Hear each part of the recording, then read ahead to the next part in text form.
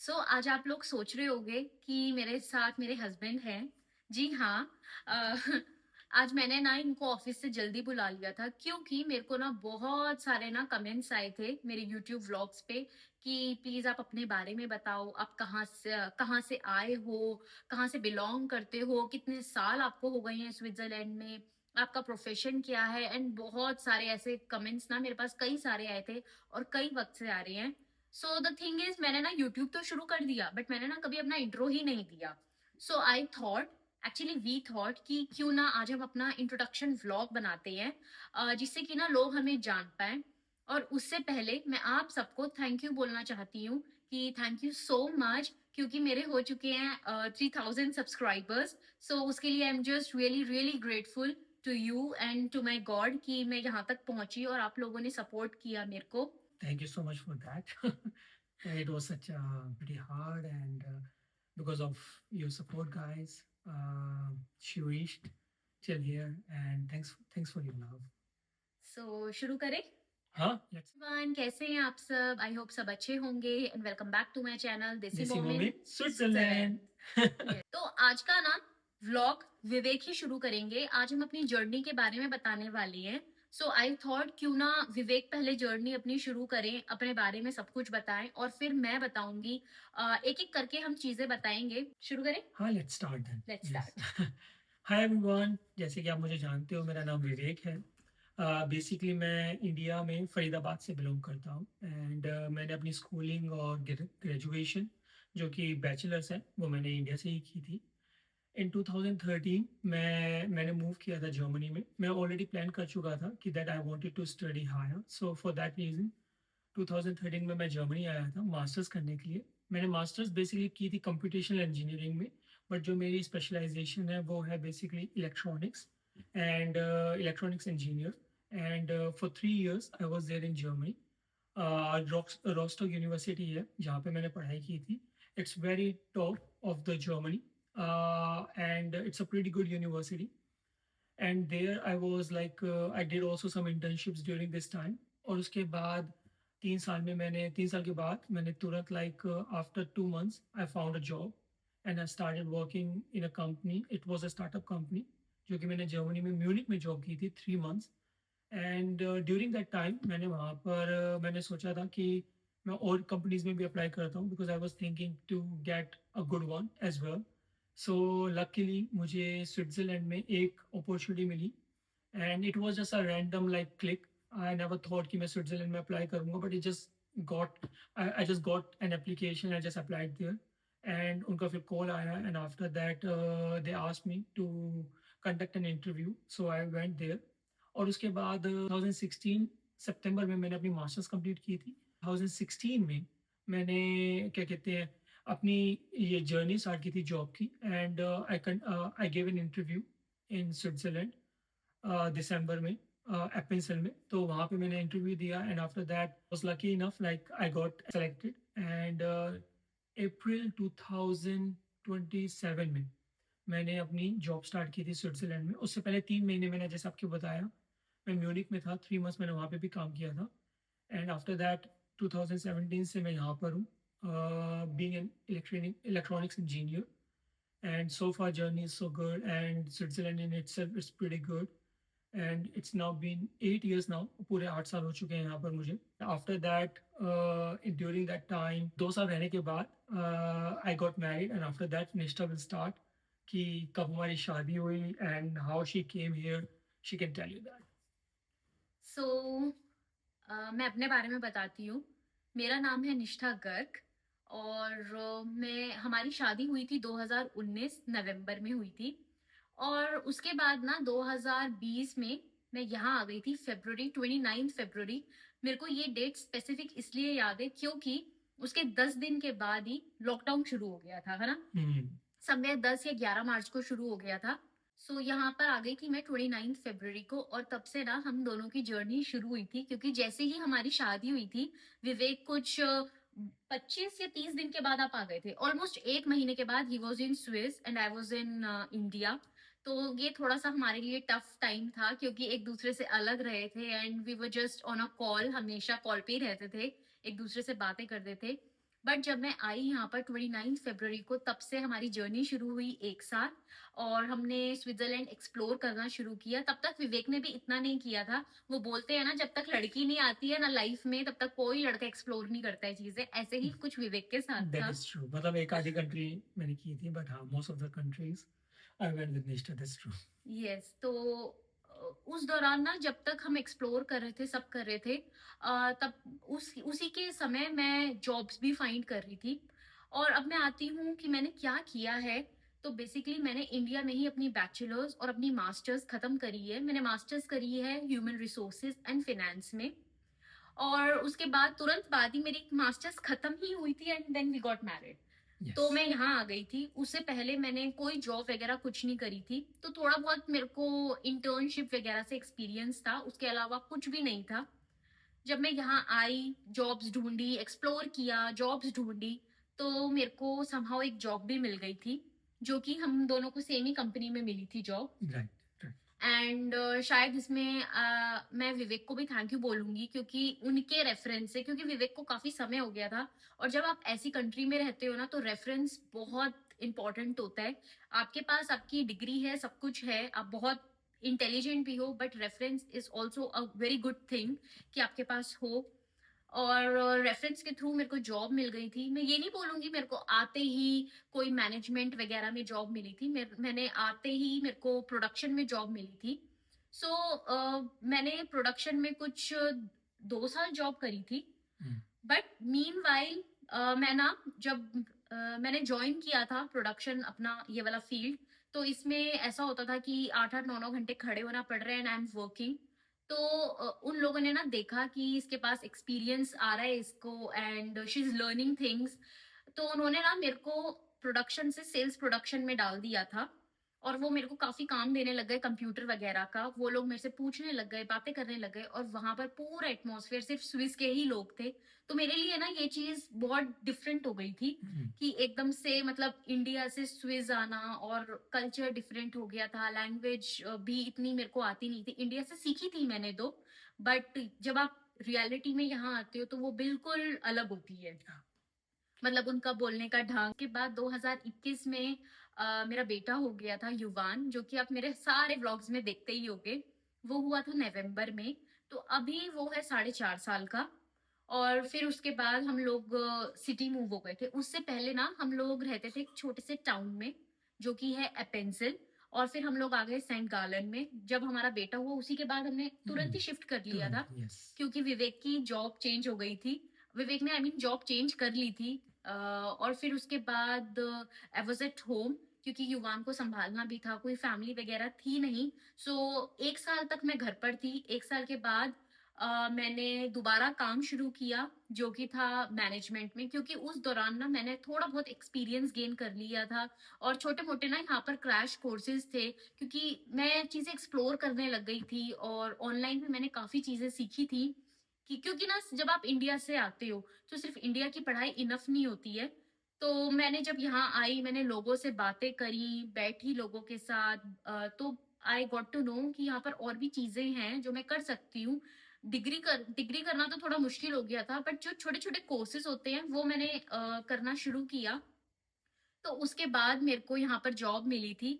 और फिर हम लोग एक ही कंपनी में हमने जॉब करी। वहां पर भी मैंने काफी टाइम जॉब करी, और मेरा फिर फील्ड ही बदल गया। मैंने किया फिर बिजनेस मैनेजमेंट में काफी वक्त जॉब की। और फिर उसके बाद हमारी बेटी हुई, जो कि अभी है 6 महीने 6 की। महीने की, यस। हम्म।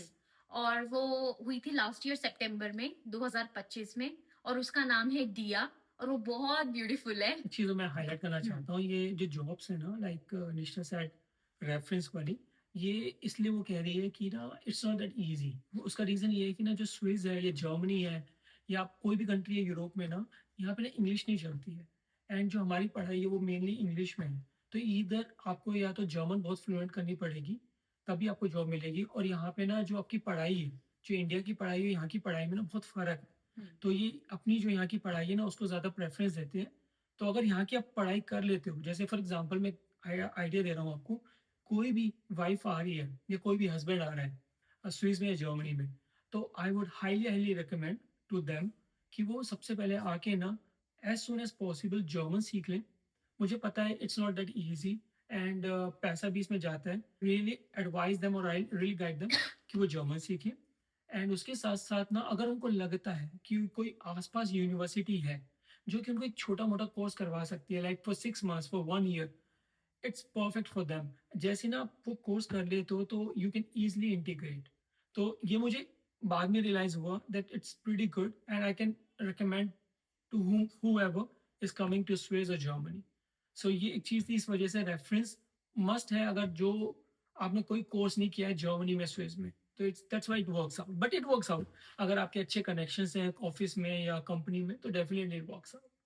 बट ऐसा नहीं है कि हम लोगों को जर्मन हम लोग बहुत फ्लुएंट हैं, बिल्कुल नहीं। मैं भी नहीं हूँ हाँ, हाँ। विवेक तो मेरे से फिर भी मच बेटर बोल लेते हैं, बट मेरे को बिल्कुल मतलब बेसिक ही आती है मेरे को, ऐसा बोलूँगी मैं। बट मैंने कोर्सेज़ करे हैं, बट क्या हुआ ना, क्योंकि बच्चे होते गए और जॉब्स मिलती गईं, तो वो बीच में ना गैप आता गया, तो वो जर्मन से मेरा ध्यान बट गया। क्योंकि जब आप काम कर कर आते हो, तो आप इतने टायर्ड होते हो, you have to look your kids, your family, your home. एक वाइफ के बारे में बात कर रही हूँ मैं यहाँ पे।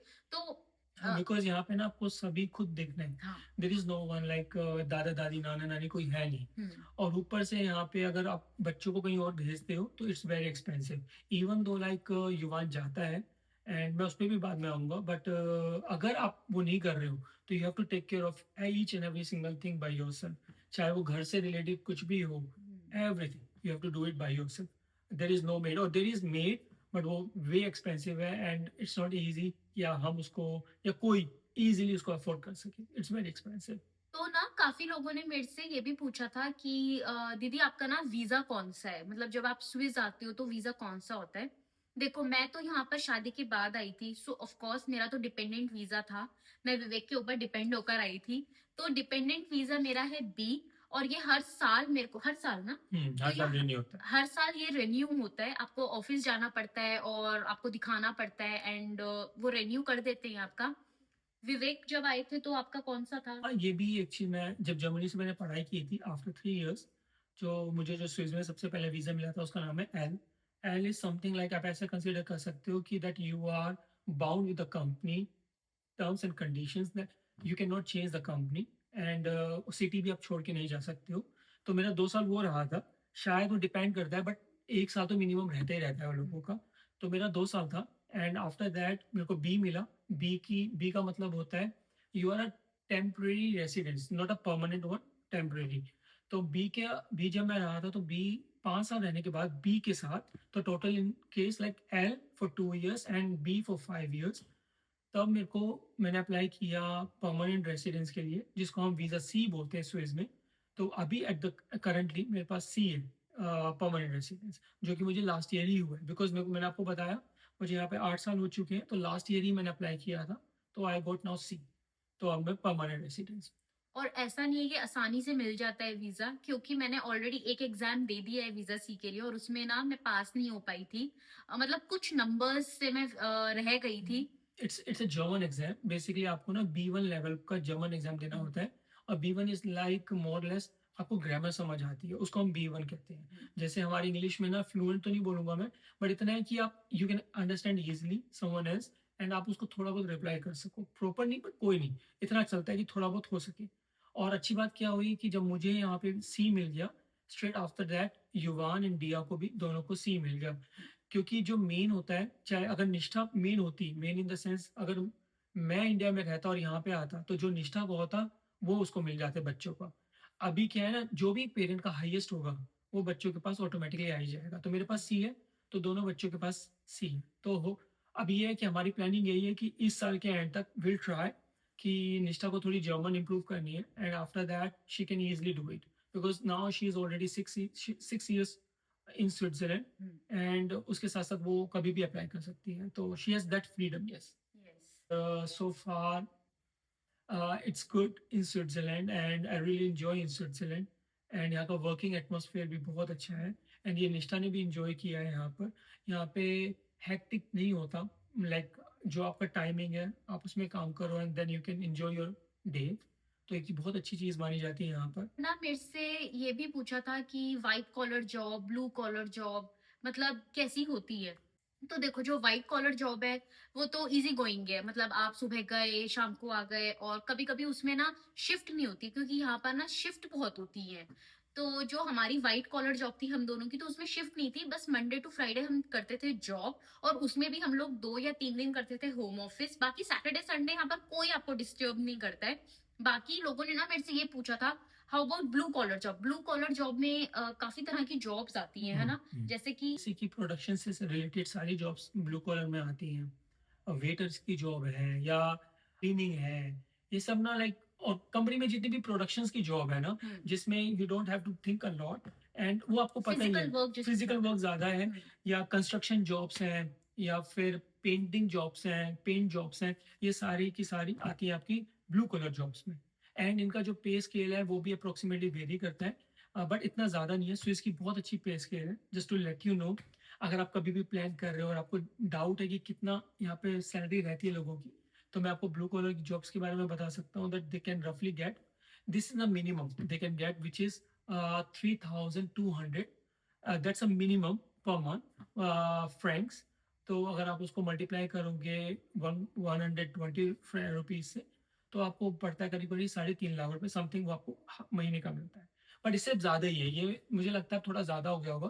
तो you can consider it something like 3600 के बीच में, 3600 फ्रैंक, तो 4 लाख रुपए आपको महीने की मिलती है। ये है प्रोडक्शन में, मतलब all the blue collar jobs. और व्हाइट कॉलर जॉब्स की वेरी करता है, बिकॉज आप किस बैकग्राउंड में हो। मैं इंजीनियर्स की बात करूं, just to give an idea, कि वहां पे आपको इजिली 5,000 टू 6,000 स्टार्टिंग मिल जाती है आपको। It depends on the experience, जैसे जैसे एक्सपीरियंस बढ़ता है वैसे वैसे हाँ, आपकी सैलरी भी बढ़ती ही है। हाँ, क्योंकि विवेक को अभी 8 साल हो गई हैं, 8 साल तो हुए हैं। वो सैलरी डिफर करेगी। इस जो स्टार्टिंग में आ रहा है यहाँ पर इंडिया से या कोई भी कंट्री से, और यहाँ पर बिल्कुल ही बेसिक से सीख रहा है, कर रहा है अपनी जॉब, तो उसकी सैलरी ऑफ कोर्स कम ही होगी। बट हाँ, जिस देश से हम आते हैं वहां से ऑफ कोर्स ज्यादा ही होती है यहाँ पर सैलरी। हाँ, तो इस चीज़ पे ना मैं डेफ़िनेटली कभी सैलरी के टॉपिक पे बहुत श्योर बात करूँगा, बिकॉज़ आई नो, मैं भी जब इंडिया में था या जब जर्मनी में था, मैं भी हमेशा क्यूरियस ही था कि व्हेन यू गो देयर आप कितना कमाते हो और कितना बचाते हो। तो I will definitely talk about it. एक और लास्ट चीज मैं आपसे शेयर करना चाहूंगी कि जहां अभी हम लोग रह रहे हैं, वैसे तो मैंने इसका होम टूर दिया हुआ है, पूरा व्लॉग बनाया हुआ है, प्लीज आप वो देखना जरूर। और मैं आपको ये बता रही थी कि जहां अभी हम लोग फिलहाल के लिए रह रहे हैं, वो हमारा रेंटेड प्रॉपर्टी है। क्योंकि मेरे से कई लोगों ने पूछा ये आपका अपना है या रेंटेड है, तो जी हाँ, ये हमारा रेंटेड है। But we also own one apartment. वो इतना बड़ा नहीं है, क्योंकि ये वाला हमारा घर है 4.5 कमरे का, और जो हम ओन करते हैं वो हमारे बिल्कुल घर के पास ही है, बिल्कुल नियर बाय है। तो कभी हुआ तो मैं आपको वहां का भी टूर दिखाऊंगी। बट वो है 3.5 3.5 3.5 कमरे का है, और वो हमारा खुद का अपना है। बट उसके बारे में ना मैं डिटेल्ड वीडियो में एक अलग से बनाऊंगी कि हमने कैसे ओन किया है यहाँ पर स्विट्जरलैंड में, आप अपनी प्रॉपर्टी कैसे ओन कर सकते हो, क्या उसका प्रोसेस है वगैरह। बट अभी वहां पर ना कोई और रह रहा है, क्योंकि वो हमने दिया हुआ है रेंट पर। बस रेंट पे इसलिए दिया हुआ है, जस्ट एज़ निष्ठा सेड, कि वो 3.5 कमरे का है, एंड हम थोड़ा-सा बड़ा चाहते थे। तो हमारा अब नेक्स्ट यही है कि अभी हम इसी अभी ठीक है ये वाला साढ़े 4 कमरे का, because we wanted more rooms. कोई भी गेस्ट आएगा तो इट वर्क्स विद देम, तो इसलिए हमने वहाँ मूव नहीं किया है। तो बस यही था आज का मेरा छोटा सा व्लॉग। और अगर आपको कुछ भी डाउट हो, कुछ भी क्वेश्चंस हो, क्वेरीज हो, आप प्लीज मेरे को नीचे कमेंट सेक्शन में लिख सकते हो कभी भी। कभी कभी ना मेरे को थोड़ी सी देर भी हो जाती है कमेंट का रिप्लाई करने में, क्योंकि मैं थोड़ा सा ना बिजी हो जाती हूँ बच्चों के साथ। बट हाँ, जब भी मेरे को जैसे जैसे टाइम मिलता है, आई मेक श्योर कि मैं हर कमेंट का रिप्लाई करूँ। ज्यादातर कमेंट्स का आप देख सकते हैं मैंने रिप्लाई भी किया हुआ है। सो बस यही था मेरा आज का छोटा सा व्लॉग, और आई होप आपको अच्छा लगा हो। बस यही था हमारा छोटा सा इंट्रोडक्शन व्लॉग। तो आई होप कि ना आपको जितने भी आपके सबके क्वेश्चंस थे वो सब क्लियर हो गए हों, उनका रिप्लाई हमने दे दिया हो इस व्लॉग के थ्रू। बट स्टिल अगर लगता है कि कुछ मिसिंग है, प्लीज कमेंट मी। तो ठीक है, फिर मिलते हैं नेक्स्ट व्लॉग में। Thank you, take care, bye bye. Thank you so much. Bye desi bye. Mom in Switzerland. Thank this you, moment bye bye. Bye bye.